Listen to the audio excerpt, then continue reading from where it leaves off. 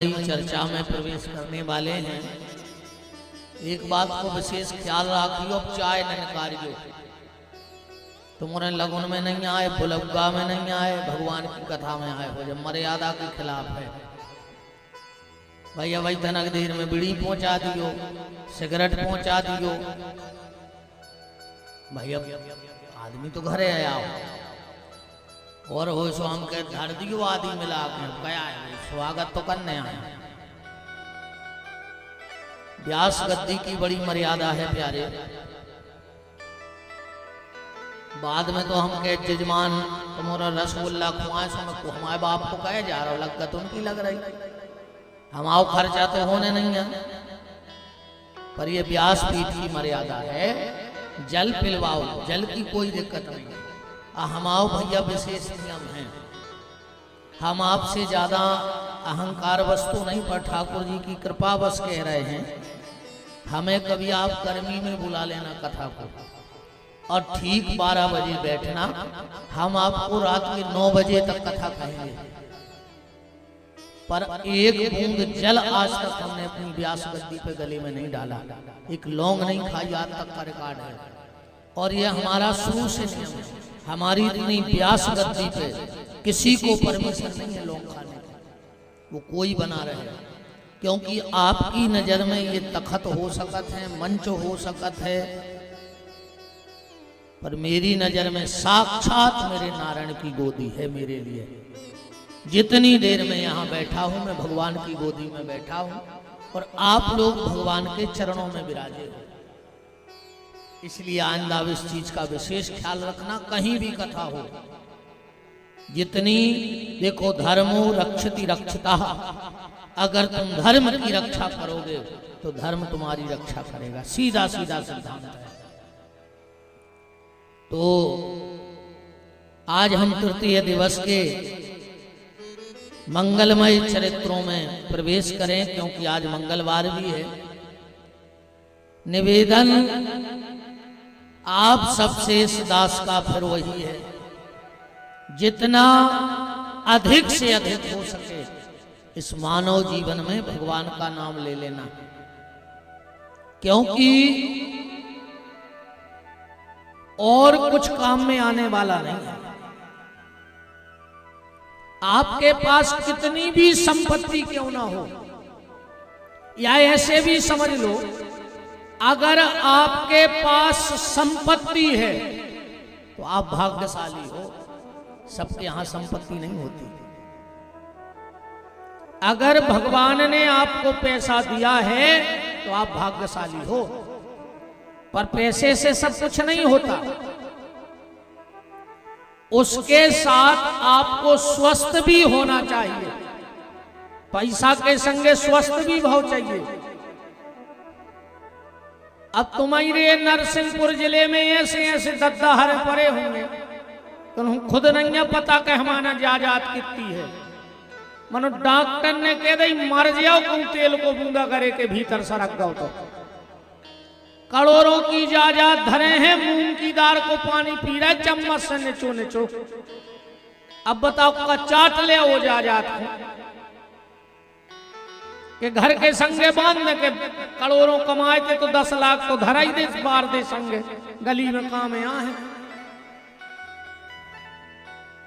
तो पैसा सब कुछ नहीं है, पैसे के साथ स्वस्थ हो, और स्वस्थ भी सब कुछ नहीं है। ऐसा तो बड़ा स्वस्थ रहे, बताओ ऐसे तो सुंगरा स्वस्थ रहे। पैसा है तो भाग्यशाली हो, स्वस्थ है तो सौभाग्यशाली हो, और इन दोनों के साथ अगर जीवन में सत्संग है तो तुम्हारा जीवन धन्य हो गया।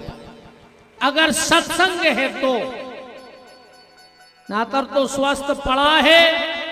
अब पैसा तो सबके हो, कोई बड़ी बात नहीं।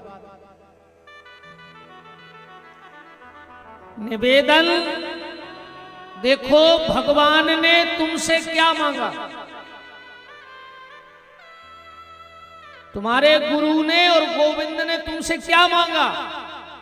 गुरु ने और गोविंद ने तुमसे सिर्फ एक चीज मांगी है, वो देना बस। पैसा नहीं मांगा, कितना होगा तुम लोगों के पास। लक्ष्मी इनके पांव दबाती है, ये तुम्हारे पैसे से रीत जाएंगे। अगर तुम भगवान के सामने बुद्धि चलाओ तो हनुमान जी जैसे सुरक्षा गार्ड में लगे हैं दुनिया को सबसे बड़ो विद्वान। वो तो बुद्धि भी काम नहीं करे, वो तो पहुंच पकड़ भी काम नहीं करे। दुनिया में सबसे बड़े नेता को नाम है नारद। नारद से बड़ो नेता ही पैदा नहीं हुआ आज तक। पर वे भी 6-6 महीना और 6-6 साल खड़े रहे, पर भीतर जावे की एंट्री नहीं मिला तुमको। भगवान कहते ना मुझे तुम्हारा पैसा चाहिए, ना मुझे तुम्हारा दिमाग चाहिए, और ना तुम्हारी पहुंच पकड़ चाहिए। भगवान कहते बस हमें एक चीज दो। क्या? बोले समय। समय दो भगवान को बस।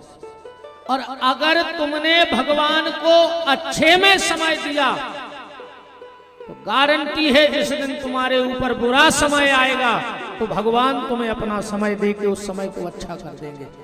भगवान ने तो अच्छे में समय मांगो, जो तो अच्छो समय आए। कथा से अच्छो समय का हो सका। धन घड़ी जब होए सत्संगा। गोस्वामी जी कह रहे सबसे अच्छो समय जब है जब तुम्हारे मुंह से भगवान को नाम कर रहा है, या तुम्हारे कानों में भगवान की कथा पढ़ रही है। अच्छा, हर जगह परिवार काम में नहीं आएगा, हर जगह पैसा काम में नहीं आएगा। एक समय ऐसा भी आ सकता है कि परिवार वाले बाहर हो जाओ। अच्छा एक बात बताओ, जब ऑपरेशन डॉक्टर करता है ऑपरेशन थिएटर में, तो क्या वहां किसी को रहने देता है? तुम कहो नहीं हम इनके पिताजी हैं, डॉक्टर के बाहर हो जाओ। हम इनकी पत्नी हैं, पति हैं, बेट बाहर हो जाओ सब। वहां कोई काम में आएगा? खड़ा रहेगा? चलो तुम्हारे पास बहुत पैसा है, और अगर चारों तरफ गिड्डी का ढेर लगा दिया जाए पलंग के अस्पताल में तो बच जाओगे? डॉक्टर सबको बाहर कर सकता है ऑपरेशन थिएटर से, पर क्या तुम्हारे सत्कर्मों को बाहर कर सकता है? तुमने जो अच्छा किया है कि इन्हें बाहर कर दो। इसलिए निवेदन है भगवान को समय दो, परमात्मा को याद करते रहो, भगवान का नाम लेते रहो। बुरे वक्त में भगवान ही काम में आएंगे। और उदाहरण ऐसे समझ लो, मोबाइल लगभग सबके पास है, इससे जल्दी समझ में आ जाएगा। हम मोबाइल में अलार्म लगाते हैं, पर जिस वक्त मोबाइल में अलार्म लगाया जाता है, क्या उस वक्त अलार्म बजता है? नहीं बजता। पर जिस वक्त का लगाया है उस वक्त बजेगा, गारंटी है। जिस वक्त लगाया है उस वक्त नहीं बजेगा, पर जिस वक्त का लगाया है उस वक्त जरूर बजेगा। ये आप लोग क्या कर रहे हो? ये आप अपने मन का अलार्म सेट कर रहे हो यहां बैठ के 3 घंटे। ये कब बजेगा? जब वक्त आएगा, और बिल्कुल सही टाइम पे बजेगा। कभी कभी ये मेरी माताएं चर्चा में कहते हैं कि जिज्जी आज हमाओ नाती दूसरी छत से सिर के भर गिरो। का पता कौन पुन्नाले आ गए कि तीसरी चोट नहीं लगी। मैंने कबों ने कबों को अलार्म सेट है तो जब तो वो बज गओ। बोलो, अगर कछु सत्कर्म ना होते पुण्य के अलार्म के तो आज 2 मंजिल से नाती गिर के बच जाता। माने कभी ने कभी उन्हें सेट करो कहा सो आज वो बच गओ। कब उनको अपन भी चर्चा में कहता आज बच गए फूल लाइन पे। का पता कौन सत्कर्माणे आ गए ना बाल्टी में भर के आउट ट्रक चढ़ जाता ऊपर से। मैंने कबू न कबू अलार्म लगाओ कहाओ, जब तो आज बज गओ ना मरने जाते। तो ये कथा कीर्तन सत्संग मंदिर जाना साधुओं की सेवा गुरु की कृपा ये क्या है? ये मन का अलार्म है। ये बजेगा पर कब? जब टाइम आएगा तब। और अपन अलार्म लगाता ही एक है। आजकल तो अलार्म को टाइम चल गओ। एक बार कब हो कि पति पत्नी में होगा झगड़ा। अब पति पत्नी में झगड़ा तो रोज हो रहा। हिंदुस्तान पाकिस्तान जैसे हालात हैं, फिर भी कह रहा है हम साथ साथ हैं। अगर दो ही आदमों 1 घंटा बैठा दे तो वे लड़ पर है। तेरे को गारंटी कहा। भैंसो प्रेम तो बढ़ गओ है। आजकल तो एक नव शब्द चलो है। घर वाले से एक नव शब्द कहते हैं जानू। जानू कहने लगी आजकल घर वाले से। के देखो जानू और एक न मानू। तो काय के जानू? मानू तो जानू ना, कोई जानू नहीं। अब एक शब्द हो रहा है भगवान मालक है का हुई समय को। घर वाले से कहने लगी है बाबू। अब बाबू बाप से कहते पहले कहते बाबू माने पिताजी। अब आजकल कहते मिले बाबू ने था ना था यार। तनक तो शर्म करो। आदमी को होश ही नहीं है कि हम जा कहां रहे हैं। तो निवेदन मेरा बस इतना है कि उस एक परमात्मा से जुड़े रहना। वही एक परमात्मा तुम्हारे विपत्ति में साथ देगा और कोई साथ देने वाला नहीं है। अरे ऐसे समझ लो तुम तो सीधी बात। तुम्हारे घर में जब शादी होती है तो जितनी भीड़ पंगत में होते उतनी भीड़ का बारात में बचत है। बताओ तना गर्दन हिलात रहे हम कछु पूछे सो न मार के गिरद होना बन हो। तो जन कौन बमूरा पे बैठे रहो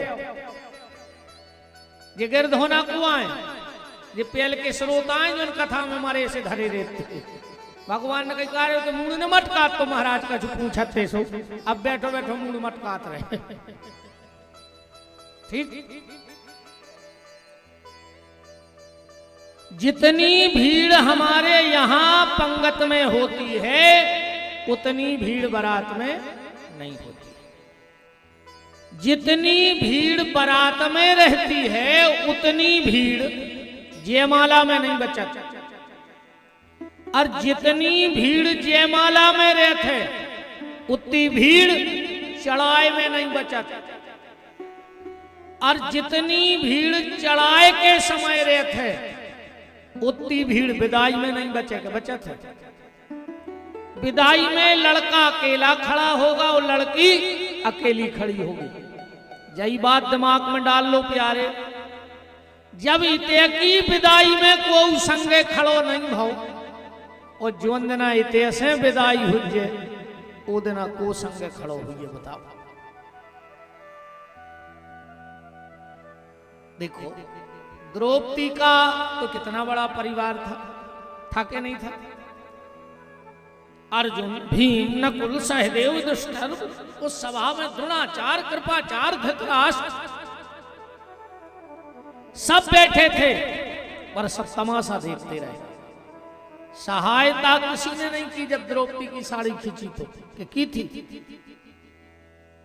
भीम ने जरूर दुष्टर से कहा जब द्रौपदी की साड़ी दुशासन ने पकड़ी। भीम ने कहा भैया लगता है द्रौपदी को चक्कर आ रहा है, जाके हाथ पकड़ लो। युधिष्ठिर ने कहा भीम अगर ये बुखार का चक्कर होता तो मैं हाथ पकड़ लेता। बुखार में भी चक्कर आऊ था। अब बुखार में जब चक्कर आ सको भी हाथ पकड़ ले। अब दवाई खुंजाने अब पल का पैसा तो नहीं बन रहा। दो जनों ने हाथ पकड़ के गाड़ी में बैठा लिया।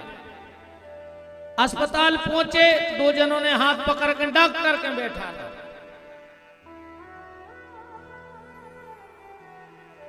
तो युधिष्ठिर ने कहा अर्जुन द्रौपदी को अगर बुखार का चक्कर होता तो मैं हाथ पकड़ लेता।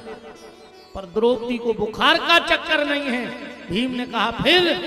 बोले द्रौपदी पे समय का चक्कर है, और जब समय का चक्कर आता है तो दुनिया वाले हाथ नहीं पकड़ते हैं। बुखार के चक्कर में कोई भी हाथ पकड़ लेगा, पर जब समय का चक्कर आएगा तो फिर कोई हाथ नहीं पकड़ेगा।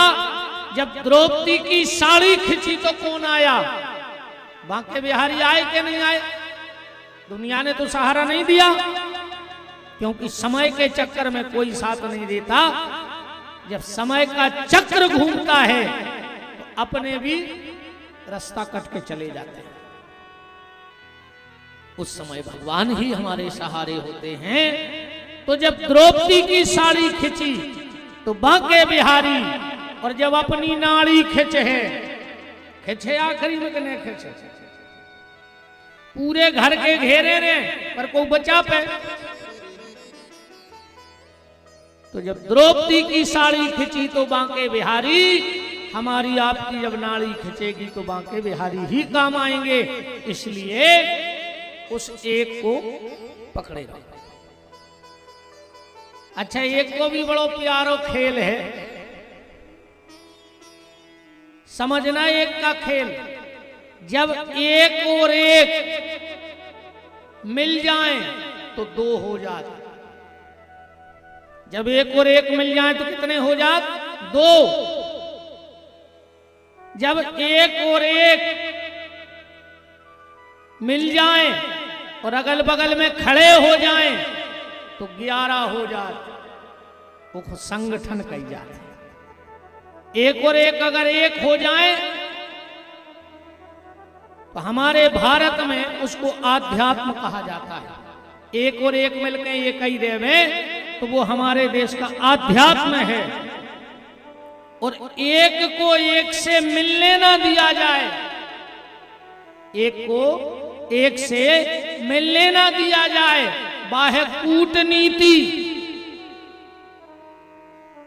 एक को एक से मिलने ना दिया जाए वो है कूटनीति। और एक के सामने एक को खड़ो कर दो जाए बाह्य राजनीति। एक को एक से मिलने ना दिया जाए वो कूटनीति, और एक को एक के सामने खड़ा कर दिया जाए वो है राजनीति।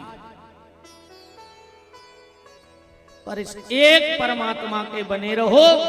अगर इस एक परमात्मा के बने रहोगे तो बेड़ा पार हो जाएगा। बोलो वृंदावन बिहारी लाल की, राधा माधव सरकार की। इसलिए ठाकुर जी का नाम लेते रहो। आज की चर्चा को हम यहां से प्रारंभ कर दें और कथा में प्रवेश कर जाएं कि अगर लोहा नरम हो जाए तो औजार बन जाता है। बन जाता है कि नहीं बन जाता? लोहा अगर नरम हो जाए तो औजार बन जाता है। सोना अगर नरम हो जाए तो जेवर बन जाता है। बन जाता है कि नहीं बन जाता? लोहा अगर नरम हो जाए तो औजार बन जाता है। सोना अगर नरम हो जाए तो जेवर बन जाता है। मिट्टी अगर नरम हो जाए तो खेत बन जाता है।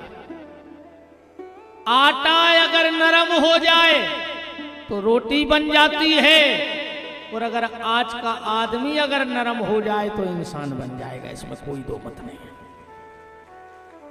आज का आदमी अगर नरम हो जाए तो इंसान बन जाएगा, क्योंकि आज का आदमी सब बन रहा है, बस आदमी नहीं बन रहा है। आज का आदमी सब बन रहा है, आदमी नहीं बन रहा है। एक बड़े आदमी बैठे थे अपने घर के दरवाजे,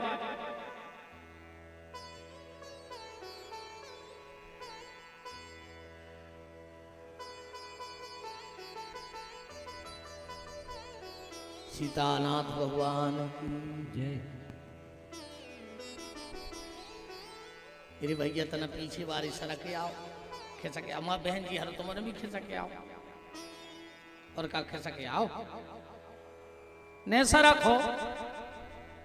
वे कह रहे हमने बाप की नहीं मानी महाराज, तुम आओ को खिसक गया होता ना। धीरे धीरे भगवान की तरफ सरकत रहो, बस कारो लगो कहूं और सरक गए स्वभाव आई। कहूं भी सरक सकत, मोटरसाइकिल पे से गाड़ी पे से खिसक गया वैसे। बोलो वृंदावन बिहारी लाल की जय। बात चल रही थी कि आदमी सब बन रहा है, बस आदमी नहीं बन रहा है। एक भलो आदमी अपने दरवाजे में बैठो तो तैसे निकलो, बोले भैया पानी पिया दो, बोले 2 मिनट बैठो मैं वो आदमी आ रहा हूं। अब वो बैठ गो बेचारो को प्यास लगी थी तेज। 5 मिनट बाद वो फिर बोले कि भैया पिया दो पानी, बोले बस आदमी आ ही रहा हो हम आओ। अब वो फिर रुका, 5 मिनट हो गए, वो घरों ही सूख हो जाए। कह लगो भैया पिला दो पानी, कह लगो बस 2 मिनट रुक जा हम आओ आदमी आ रहा हो। वो गुस्सा आ गई, कह लगो तो 2 मिनट को तुम ही आदमी बन जा, तुमका पड़ाया धरे कुर्सी पे 2 घंटा से। आदमी आ रहा हो, आदमी आ रहा हो तो तुमका जानवर आओ। और ईमानदारी जाहिर है भैया, कथा तो हम कह ही रहे हैं। आजकल पूरे जानवर हंसन लगे अपन को देख के। जानवर ही जानवर कब बैठा कट्टे देने लगे। आज के आदमी ने कुत्तों को फेल कर दो, एक दूसरे को देख के भौंक रहे हैं, एक दूसरे को अच्छो देखो ही नहीं चाह रहा, कहीं खाई खाई खाई लगे ही दे भाई। कुत्ता ही कुत्ता हंसत है कि बताओ तोरे काम अपनो और आदमी करन लगो। अपन को फ्री कर दो। आज के आदमी ने ये काम अपना नहीं था, एक दूसरे को देख के भौंकना। अपन ने कुत्तों को काम करने लगे, अपन आदमी तो हता ही नहीं, अब कुत्ता और बन के रहेगा। भगवान ने सुंगरा से कही जाओ जो मिले सो खा लियो। आजकल सुंगरा तोरे परहेज को खान लगे, पर आदमी तो सुंगरों को फेल कर दो। ने न्याय को देख रहा हो, ने नीति को देख रहा हो, ने धर्म को देख रहा हो, ने अधर्म को देख रहा हो, वो तो खावे से मतलब है।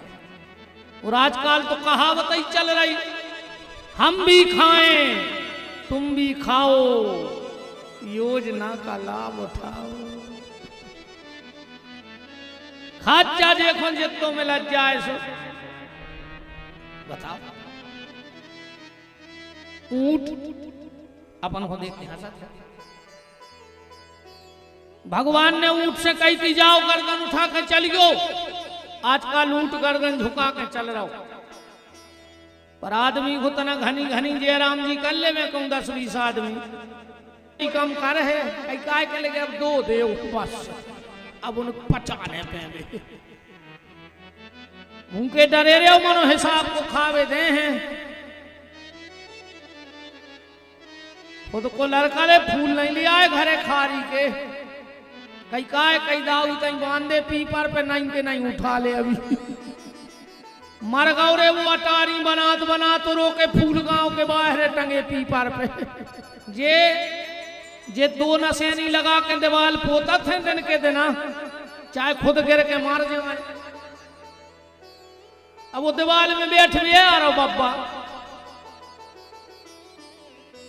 सपरा थे रे घर के आगे लगा के तुम काय को लगे हो। 99 साल की उम्र हो गई। एक जने गए बोले दादा अब तो भगवान तुम्हें उठा ले। तो दादा बोले बेटा तन्ना नाती और बेच जाए घुरवा पे, एक हो जेरिया हिल गई है। भीतर गए भज्जा के बोले भज्जा लड़का को ब्याह कर ले यार, डुकरा के प्राण हिल गए हैं। भज्जा बोले ऐसे नहीं कर रहा है, कहूं ते ऐसा न हो कि लगो ना आए और जी मर जाए। हम सोच रहे इनसे फ्री हो लेते, फिर कहूं कि पक्की करते। जागत या होने प्यारे के पौंगे बिटिए बाणी बोल रहे, के पौंगे बिटिए बाणी बोल रहे, के बूढ़े लहू मरने गए, जन्म तोरे बातन बीत गई, जन्म तोरे बातन बीत गए। रे तूने कबहू न कृष्ण कहे, रे तूने कबहू न कृष्ण कहे, रे तूने अब इनो के ले दद्दा हर कबे किया हो। इते सोई ऐसे बैठे के ये भगवान मुंह में से न कर जाए कृष्ण न हम आई बन जे करो रे तना कर रही। पहले एक बंदूक चलती नाय भी चलत हुजे भरमार चलती अच्छी गोबर घास दे बट इतनी सी टोपी लगा कर दे गुआ में सुना पड़ा बाप बंदूक गोबर खा के बोलती तुम्हारा तो रोटी खा के आए हो चुका है फिर भी सांस नहीं कर रही। कहा वो बंदूक से भी गए गुजरे हो। जन्म तोरे बातन बीत गई, जन्म तोरे बातन बीत गए। रे तूने कबहू न कृष्ण कहे, रे तूने कबहू न कृष्ण कहे, ये शरीर फोड़ दे रे कष्ट कहूँ हवा लग गई थी ऐसे रह गया कोरा ने उठा पे घर के चम्मच से दांत डार है मुंह की। भगवान कहते जो न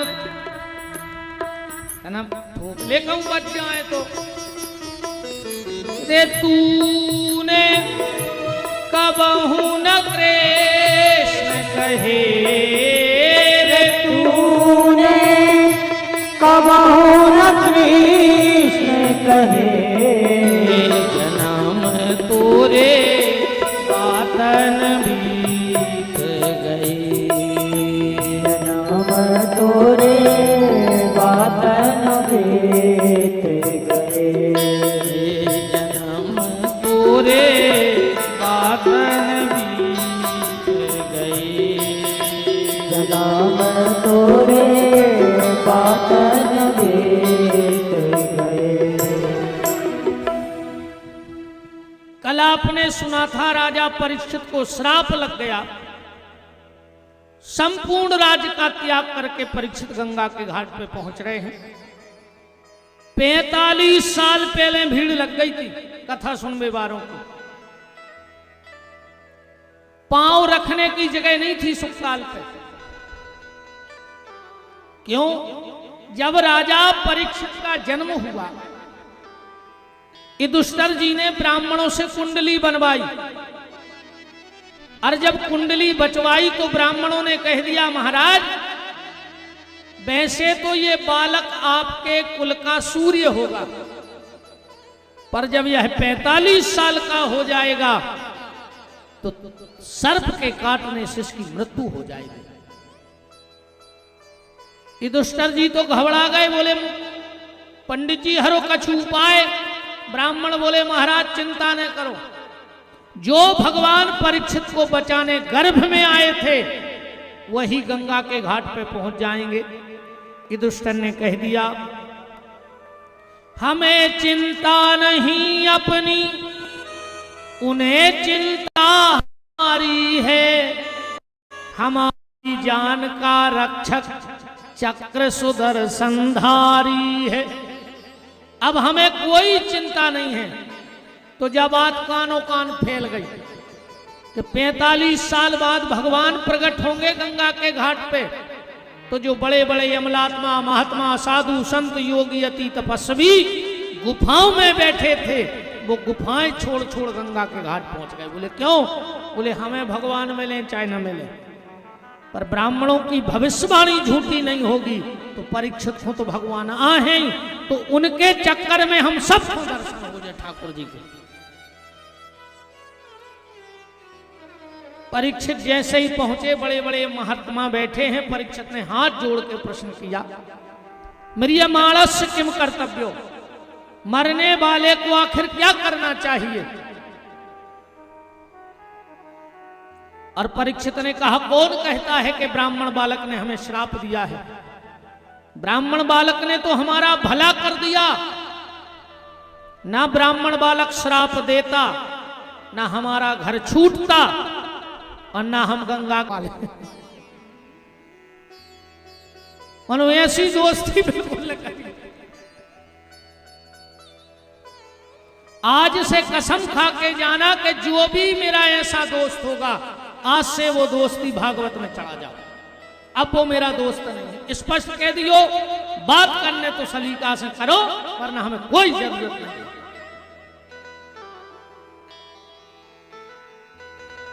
तो किसी ने पूछा तेरा परिवार कितना है, किसी ने पूछा तेरा मालो जार कितना है, पर किसी ने ये नहीं पूछा कि प्रभु से प्यार कितना है। कसम देके शराब पिलाने वाले बहुत मिलेंगे, पर कसम देके भगवान के मंदिर ले जाने वाला एक आध जीवन में मिलेगा, एक आध संत मिलेगा जो तुम्हें कसम रखा के भगवान का भजन कराएगा।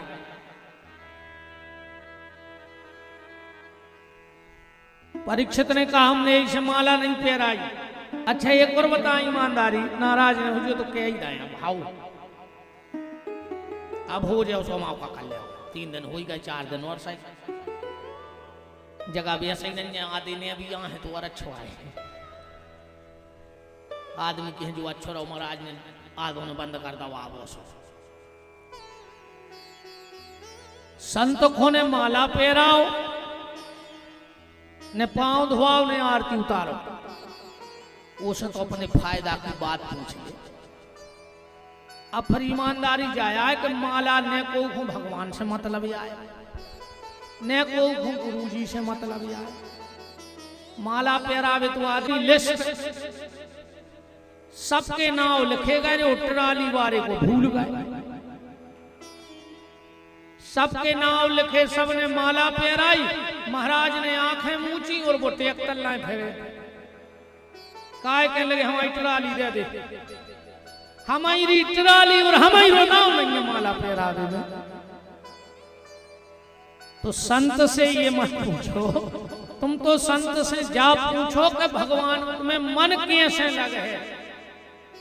और परीक्षित की बात सुनकर सुखदेव जी इतने गदगद हुए, इतने गदगद हुए कि भागवत जी में स्तुति कर वही भूल गए।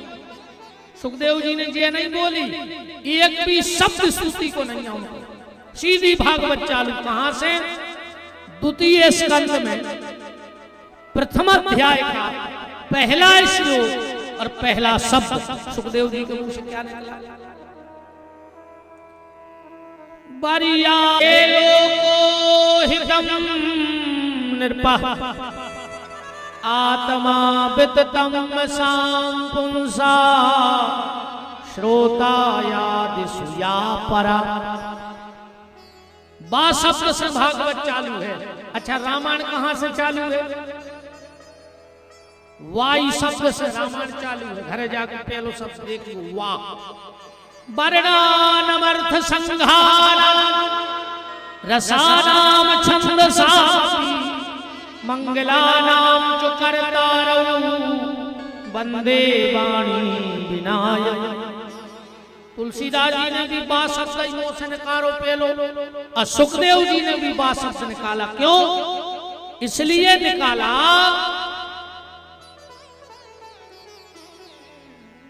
तुलसीदास जी जानते थे। पहले तो ये सुन लो, संस्कृत में वा शब्द दब्धाकार शब्द है, अमृतमय शब्द कहा गया है वा को। तो तुलसीदास जी ने विचार किया कि कलयुग रूपी नाग सबको डसेगा, इसलिए अमृत के शब्द से रामायण बनाने फायदा कर रहा है। और सुखदेव जी भी जानते हैं कि परीक्षित को विश्व डर है, इसे अमृत के शब्द से भागवत चालू कर, इसलिए बात शब्द लिया। अच्छा एक बात और ध्यान से सुनना, जब सुखदेव जी कथा कहने आए हैं तो सुखदेव जी की 4 पीढ़ी बैठी होते, 5वीं पीढ़ी